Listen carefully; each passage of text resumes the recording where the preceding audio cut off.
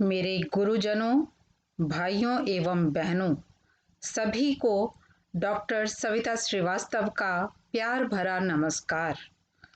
समकालीन वरिष्ठ कवि, लेखक व समीक्षक मिथिलेश श्रीवास्तव जी की दूसरे नंबर की प्रकाशित पुस्तक पुतले पर गुस्सा की संक्षिप्त समीक्षा मैं यहाँ प्रस्तुत करने जा रही हूँ। मिथिलेश श्रीवास्तव समकालीन कवियों में एक भिन्न सोच को लेकर चलने वाले कवि हैं। आपकी रचनाएं मौलिक, संवेदनशील, मार्मिक व अछूते विषयों वाली होती हैं।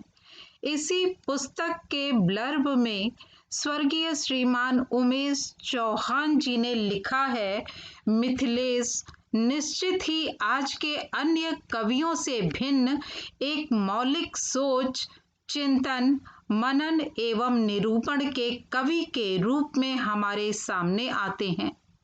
वास्तव में आपकी कविताओं में एक नयापन है। आप अपने आसपास घटित होने वाली छोटी छोटी बातों को बहुत ही गंभीरता से लेते हैं। अपने जीवन व अनुभव पर आधारित अछूती घटनाओं को ही अपनी रचना का आधार बनाया है आपने, और उसे ही शब्दबद्ध किया है। आपकी सोच मौलिक है। आपके चिंतन व मनन हमारे और आप सबके बीच के हैं। रोजमर्रा के जीवन में घटित होने वाली घटनाएं जो हमारे इर्द गिर्द होती रहती हैं, उन्हीं को नए नजरिए से देखने की सोच व समझ रखते हैं। आपकी अनेकों रचनाओं को आपके साहित्यिक मंच, लिखावट व कई अन्य मंचों पर सुनने का मौका मिलता रहता है। आपके कविता पढ़ने का अंदाज भी बहुत ही निराला है। आप जितने सहज हैं, उतने ही सहज व सरल भाव से आप अपनी कविताएं मंच पर प्रस्तुत करते हैं। आपकी संप्रेषण क्षमता बहुत सशक्त है, वाणी ओज पूर्ण है। जिन भावों को आप अभिव्यक्त करना चाहते हैं, उसको सुनाने का अंदाज भी अनूठा है। फेसबुक पर आपकी अनेकों रचनाएं पढ़ने व सुनने को मिल जाती हैं। सरकारी पदाधिकारी की व्यस्ततम दिनचर्या के बाद भी स्वभाव से भावना प्रधान होने के कारण आपने अनेकों कविताएं व लेख लिखे हैं, जो विभिन्न पत्र पत्रिकाओं में समय समय पर प्रकाशित होते रहे हैं। आपके 2 कविता संग्रह, लेखों पर 2 पुस्तकें व साक्षात्कार पर 1 पुस्तक प्रकाशित हो चुकी है। आप एक उच्च कोटि के कला समीक्षक भी हैं। विभिन्न तरह की आर्ट गैलरियों में कलाकारों द्वारा उकेरी गई रेखाओं और रंगों को पढ़ने की अति सूक्ष्म दृष्टि रखते हैं। आपकी कविताओं में विद्रोही स्वर है। यह विद्रोह कभी स्वयं से है, तो कभी समाज से, तो कभी पूरी व्यवस्था से। मिथिलेश जी द्वारा प्रकाशित काव्य संग्रहों में पुतले पर गुस्सा आपका दूसरा काव्य संग्रह है। सन 2014 में प्रकाशन के बाद इस पुस्तक पर खूब चर्चा हुई। करीब सभी चर्चाओं में मैं शामिल हुई। इस कविता संग्रह की सभी कविताएं भाव प्रधान हैं, गूढ़ अर्थ को लिए हुए हैं, समाज और व्यवस्था पर प्रश्न चिन्ह लगाने वाली हैं। पुस्तक की पहली कविता नजर केवल 6 पंक्तियों की है, लेकिन यह 6 पंक्तियां 6 अलग भावों को लिए हुए हैं। इस तरह गागर में सागर भरने की कहावत को आप चरितार्थ करते हुए दिखाई देते हैं। आपकी कविता खरीदारों का संप्रदाय में दिखाया गया है कि व्यक्ति विशेष काम करने व मेहनत करने से तो बचता है, किंतु परिणाम अच्छा ही प्राप्त करना चाहता है। दूसरों के कष्ट व मुश्किलों को देखकर कोई पसीजता नहीं है। अधिक से अधिक पाने की चाहत में व्यक्ति अपनी औकात भी भूल जाता है और अधिक पाने की आस लगाए हुए गलत कार्य की ओर अग्रसर होता है। आपकी कविता सुरक्षा कर्मी एक ऐसे व्यक्तित्व की कविता है जिसके अंदर सरकारी संस्थानों की सुरक्षा करने में किसी पर भी शंका करने और उनके ऊपर उसे सुरक्षात्मक कार्यवाही कर देने की पूरी छूट है। अपने इस कर्तव्य का निर्वाह करने में वह मशीनवत काम करता है, अपने विवेक को इस्तेमाल नहीं करता है। इसका बहुत ही सुंदर चित्रण देखने को प्राप्त होता है। हम में से हर एक का स्थायी पता है नामक इस कविता में विस्थापित लोगों का दर्द, जिनके पास स्थायी पता नहीं होता, उनका दर्द उभर कर सामने आता है। इस कविता में वर्तमान व स्थायी पते के द्वंद्व को दिखाया गया है। स्थायी पता न होने वालों को देशों के पुलिस द्वारा संदिग्ध दृष्टि से देखना दिखाया गया है। कविता के अंत में बच्चे का स्थायी पता माँ की गोद बताया गया है। हमें कुछ जगहों पर तमाम तरह की जानकारियों में स्थायी पता लिखना होता है और स्थायी पता न रखने वालों के लिए यह एक बहुत बड़ी समस्या लेकर आता है। महानगरों में अस्थायी तौर से आकर रहने वाले लोगों के सामने अपने वर्तमान पते के साथ स्थायी पता दिखाने की मार्मिक व्यथा को आपने सुंदर शब्दों में दर्शाया है। सरकार नामक आपकी कविता में जनप्रतिनिधियों और मेधा पाटेकर के व्यवहार और व्यक्तित्व पर करारा व्यंग है। जनप्रतिनिधि डरे रहते हैं और मेधा पाटेकर सभी के बीच जाती हैं, उठती बैठती हैं, खाती पीती हैं और सोती भी हैं। जिन्हें सबके सामने होना चाहिए था वे पीछे और छिपे रहते हैं।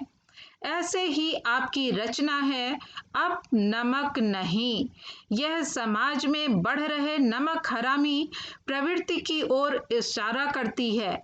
समाज में बढ़ रहे झूठ, फरेब, धोखा से प्रभावित आपकी कविताएं आपके अंतर्मन की चिंता को व्यक्त करती हैं।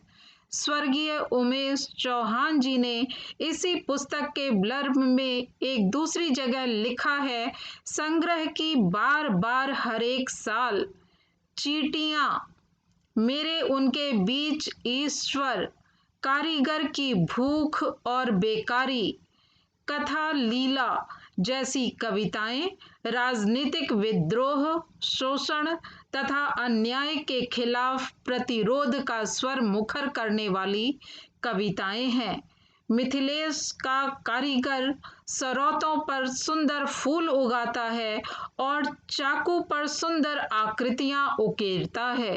घरेलू नौकरानी का काम करने वाली लीला मकड़ियों के जालों, छिपकलियों, चूहों, बिल्लियों या कुत्तों से नहीं डरती, लेकिन पुलिस से बहुत डरती है क्योंकि वह झूठ नहीं बोलती।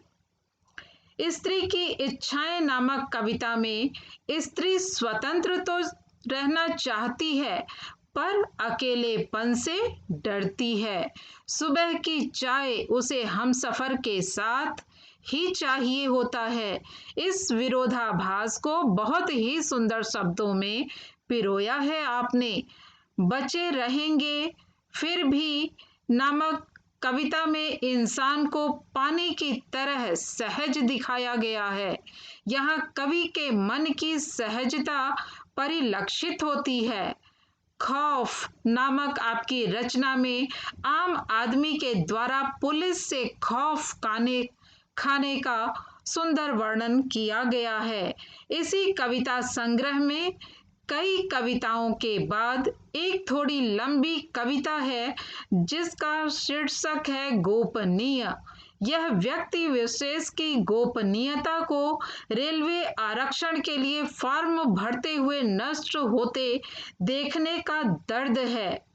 निहायत व्यक्तिगत जानकारियां जिन्हें हम किसी के सामने प्रकट नहीं करते हैं, उसे ऐसे व्यक्ति के हाथों में सौंपने जा रहे हैं जो हमारे लिए अनजान है।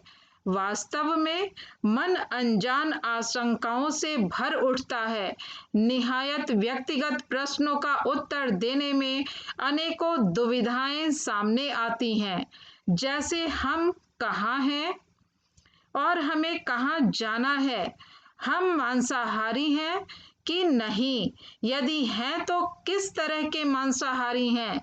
यह प्रश्न हमारे सामने धर्म, जाति व समाज की दीवारें खड़ी करता है।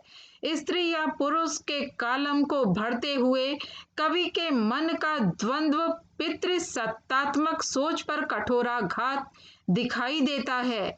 उम्र का कॉलम भरते हुए कवि के मन की यह दुविधा कि उम्र के साथ शरीर का तालमेल यात्रा करते समय दिखना आवश्यक हो जाता है।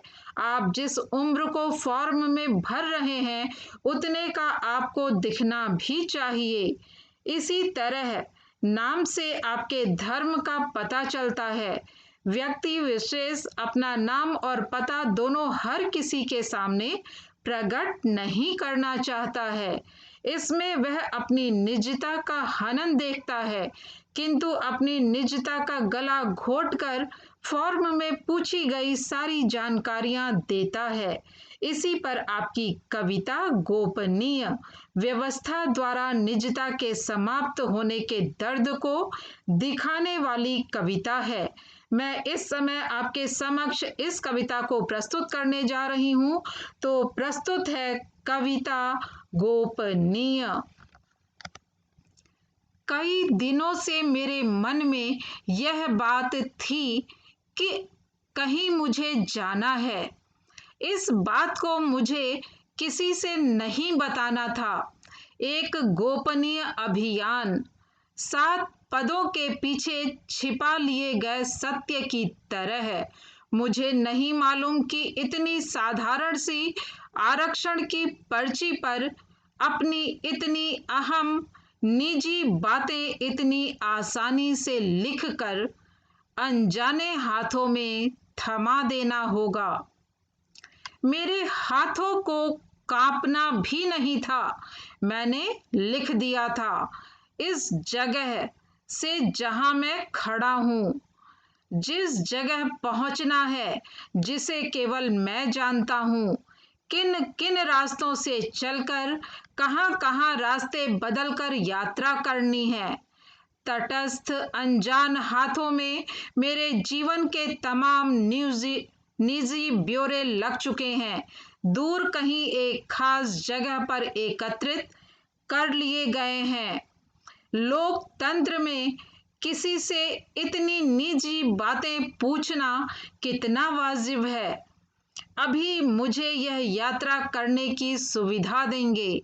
हम इनकी बात जब अनसुनी करने लगेंगे, इनकी ध्वजा लहराने से मना कर देंगे, इन्हें हत्यारे इत्यादि कहेंगे, इन्हीं ब्यौरों से वे हमारे खिलाफ एक कहानी गढ़ेंगे, एक साजिश रचेंगे। मेरी निजी बातों में सबसे अहम मेरी पसंद है भोजन। मेरी जिंदगी का अहम सवाल कभी नहीं रहा भोजन। किसी के जीवन का अहम सवाल नहीं होना चाहिए, किंतु भोजन अंततः इंसान को अपने ऊपर इतना आश्रित बना लेता है कि इंसान भोजन के बारे में सोचता हुआ एक दिन किसी का भोज्य बन जाता है और उसे पता ही नहीं चलता। इसलिए भोज्य सामग्रियों के बारे में मेरी कोई जिज्ञासा नहीं रही।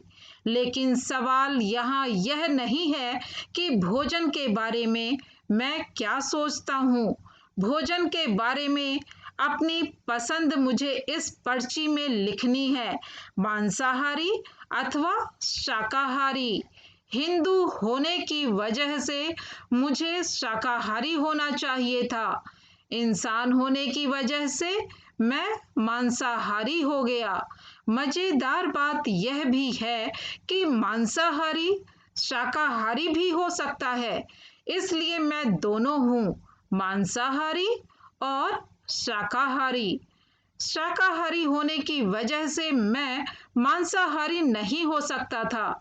यह मेरा विस्तार है, मांसाहार से शाकाहार तक। शाकाहार मुझे संकोची, हठी और अलोकतांत्रिक बनाता है।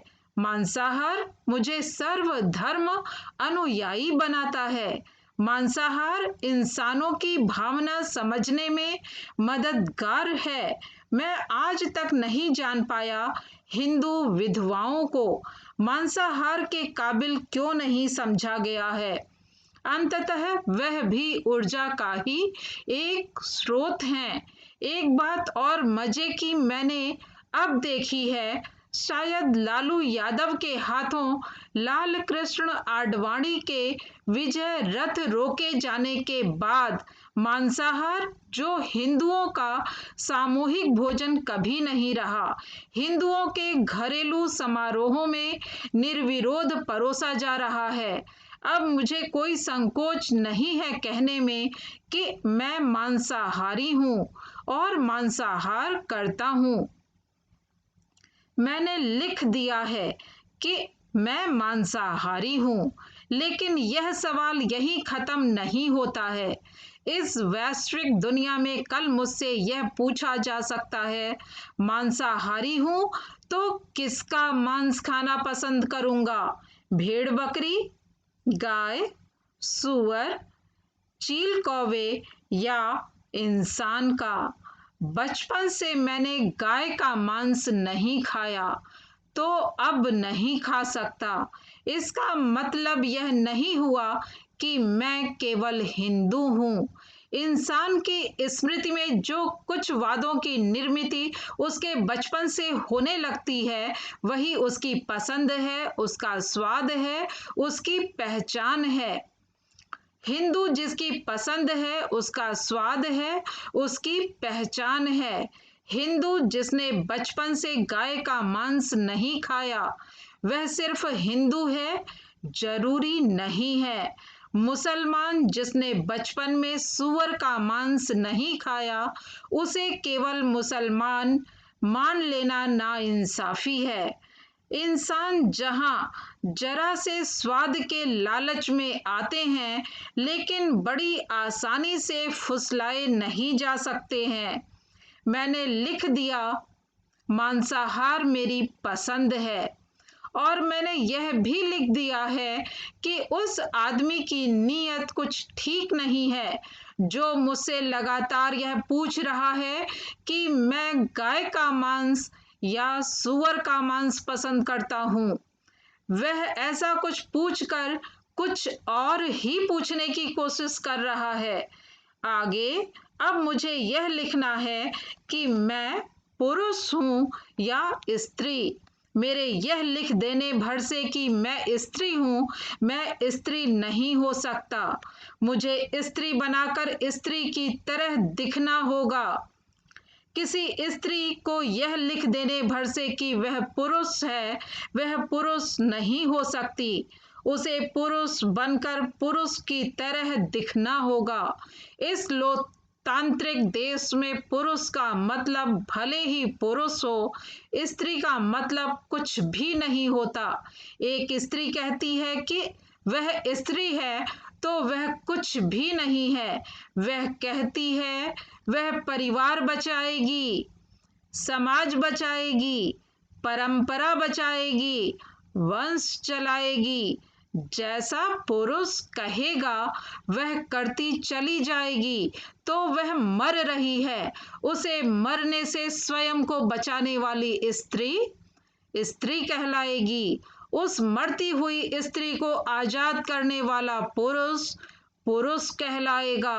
मुझे उस लोकतंत्र में ले चलो जहां स्त्रियां अपने पसंद के संगीत सुनती हों, अपने पसंद के स्वाद रचती हों, अपनी पसंद की नींद सोती हों, अपने पसंद के सपने देखती हों।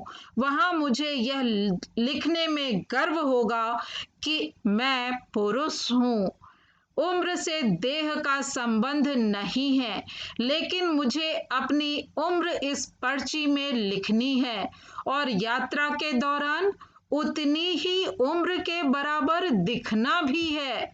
मसलन आपकी उम्र 30 की है, आप 50 के दिखते हैं या 40 की उम्र के हैं और 30 की उम्र के दिखते हैं, पकड़े जा सकते हैं और आप पर जुर्माना हो सकता है।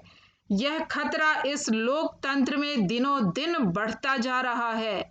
उम्र का पूछा जाना नहीं, उम्र के साथ देह का संबंध बनाए रखना तकलीफ देह होता जा रहा है। तकलीफ देह यह भी नहीं है कि मुझसे मेरा नाम पूछा जा रहा है। नाम और मेरे बीच कोई फासला नहीं है, लेकिन मेरे असली नाम पर यात्रा करना बराबर जोखिम भरा रहा है। मैं अवघड़ किसी भी समय उठकर चल देना चाहता हूं। आप मुझसे मेरे जाने की तारीख पूछ रहे हैं। यह तारीख रोज बदल जाती है। मेरी यात्रा रोज चल जाती है। दोस्तों, मेरा दुख तब अधिक गहरा होता है। यात्रा शुरू करने से पहले इस पर्ची में मुझे एक पता लिखना होता है। मैं लापता होने निकलना चाहता हूँ। आप मुझसे एक पता पूछना चाहते हैं जहां आप मेरे लापता होने का पता बता सकें।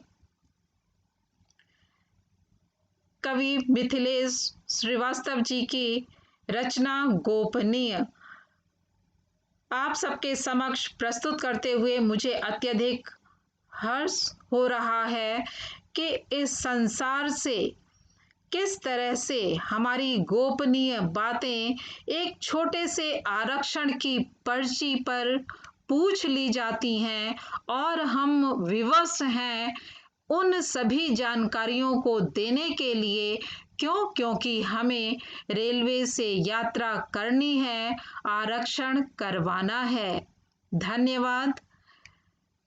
मिथिलेश श्रीवास्तव जी के साथ उनके घर पर एक अनौपचारिक मुलाकात के दौरान खींची गई यह फोटो यहाँ प्रस्तुत कर रही हूँ।